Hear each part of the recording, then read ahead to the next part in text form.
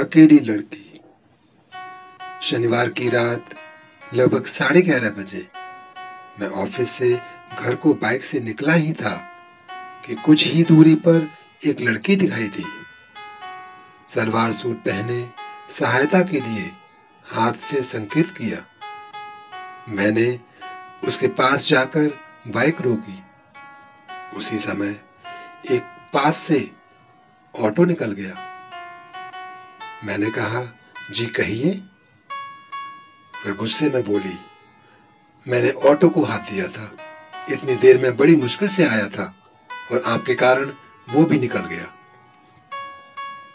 मुझे भी बुरा लगा। सोचा, इतनी रात को अकेली लड़की मेरी गलतफहमी की वजह से परेशान हो गई। मैंने तुरंत क्षमा मांगी और लिफ्ट के लिए पूछा। उसने साफ मना कर दिया। मैंने फिर कहा, रात बहुत हो चुकी है और आप अकेली हैं। किंतु वह तो गुस्साई मूड में थी। मैंने मन में सोचा कि चलता हूं यार। फिर सोचा, इस समय सुनसान सड़क और अकेली लड़की, भगवान न करे कहीं कुछ गलत हो गया तो। नहीं, मुझे इसकी सहायता करनी चाहिए, वरना उस अपराध का दोषी मैं भी होऊंगा जो कि मुझसे अनजाने में हो गया। पता नहीं अब कब ऑटो मिलेगा इसे। मैंने कहा, ठीक है, जब तक आपको ऑटो नहीं मिलता मैं यहीं कुछ दूर खड़ा रहता हूं। क्योंकि गलती मेरी है, मेरी जिम्मेदारी बनती है इसकी। वह कुछ नहीं बोली। ऐसे ही लगभग आधा घंटा और बीत गया। समय 12 के पार हो गया। मैंने फिर से उससे लिफ्ट के लिए पूछा और कहा, अब तक आधा सफर तय कर लिया होता। यहां खड़े होने से कोई फायदा नहीं है। किंतु उसने सुनकर अनसुना कर दिया। विचित्र उलझन में था। उसे अकेले छोड़ने का मन नहीं था। मन में बेचैनी थी मेरे, कहीं कुछ अनहोनी न हो जाए।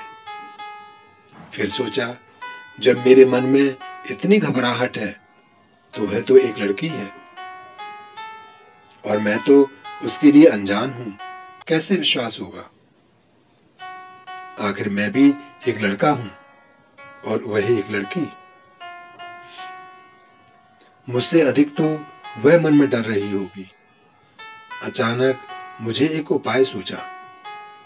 मैंने कहा, देखिए, मेरे घर में भी तुम्हारी जैसी एक छोटी बहन है और तुम भी बिल्कुल वैसी ही हो। मेरी मानो, यहां इतनी रात को अकेले रुकना ठीक नहीं है। प्लीज मेरे साथ बाइक पर चलो, जहां तक तुम्हें अच्छा लगे। मेरे इन शब्दों से वह कुछ राहत के मूड में आई और बोली, आप जाइए, मैं कोई ना कोई उपाय कर लूंगी। मैंने कहा, मुझे भी यहां रुके 1 घंटा होने जा रहा है।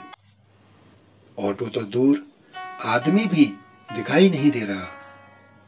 प्लीज चलो। मैंने आपको अपनी बहन बोला है, फिर भी आप मुझ पर संदेह कर रही हो। किंतु उसने फिर से मना कर दिया। तभी मैंने अपना पर्स खोला और उससे बोला, देखो, इसमें मेरी फोटो है, पहचान पत्र है, ड्राइविंग लाइसेंस, आधार कार्ड है। इसे अपने पास रख लो। जब अपने घर या किसी सुरक्षित जगह पहुंच जाओ तो लौटा देना। उसने पर्स से आधार कार्ड निकाला और पढ़ा, दीपक। हाँ, मेरा नाम है। देखो, अब प्लीज मना मत करना। तुम्हारे घर में तुम्हारे मम्मी पापा, भाई बहन इंतजार कर रहे होंगे। वैसे इंतजार तो मेरे मम्मी पापा और बहन भी कर रहे होंगे। परेशान भी हो रहे होंगे। अब चलो। वह थोड़ा सा मुस्कुराई और बाइक पर बैठ गई। मैंने पूछा, कहाँ है तुम्हारा घर? वह बोली, आप चलते रहिए, जहां लगेगा बता दूंगी। लगभग 1 घंटा लगातार बाइक चलती रही। वह कुछ नहीं बोली। लगभग 40 किलोमीटर अचानक बोली, बस बस यहीं रोक दो। और तुरंत एक सड़क से कॉलोनी की ओर जाने वाले रास्ते पर दौड़ पड़ी। चंद मिनटों में वो मेरी आंखों से ओझल हो गई। खैर, मन में सुकून था। चलो, वह घर के पास तो पहुंच गई। जैसे तैसे घर पहुंचा तो 3 बज चुके थे। पापा बहुत गुस्सा हो रहे थे। मम्मी और बहन भी जाग रहे थे। निसंदेह वे सभी चिंतित थे और गुस्सा भी। सो बिना कुछ बताए मैं चुपचाप अपने कमरे में चला गया। अगले दिन रविवार था, सो आराम से सो रहा था। अचानक 11 बजे छोटी बहन ने आकर झकझोरा, भैया भैया उठो, कोई लड़की आई है, उसके मम्मी पापा भी हैं। क्या कोई लफड़ा कर दिया है? और हंसने लगी। पापा बुला रहे हैं नीचे, जल्दी चलो। पागल है मैं और लफड़ा, शैतान कहीं की। अधकच्ची नींद में मैं तुरंत बनियान पहने ही नीचे आया। देखा तो वही रात वाली लड़की और एक अंकल आंटी साथ में थे।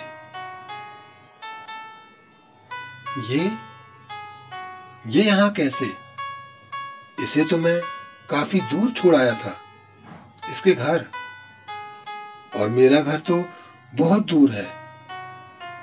इससे पहले मैं कुछ पूछूं, वह उठकर आई और बोली, भैया हैरान हो गए ना, मैं यहाँ कैसे? आपका पर्स जिसमें आपके जरूरी कागज हैं, उसी से पता लेकर मम्मी पापा के साथ यहाँ आई हूँ। आपने बीती रात मेरी इतनी सहायता की और मैंने आपको धन्यवाद तक नहीं बोला, उल्टा आपके जरूरी पेपर्स भी ले आई।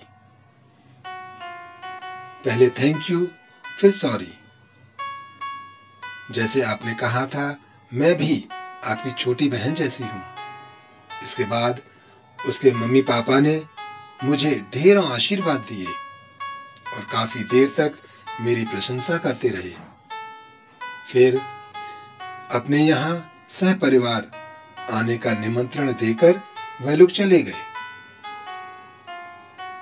उनके जाते ही पापा ने मुझे सीने से लगा लिया और कहा, मुझे गर्व है तुझ पे दीपक,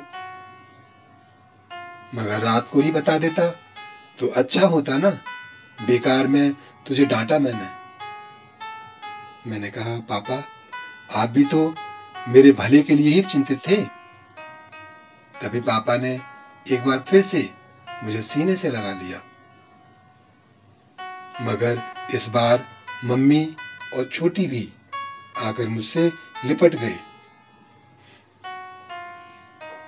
दोस्तों, मेरे पापा ने हमेशा मुझे सिखाया है कि अकेली लड़की मौका नहीं, जिम्मेदारी होती है। तो मैंने अपनी जिम्मेदारी निभाई। आपको ये कहानी कैसी लगी हमें कमेंट करके अवश्य बताइए और इसे लाइक और शेयर करना ना भूलें। धन्यवाद।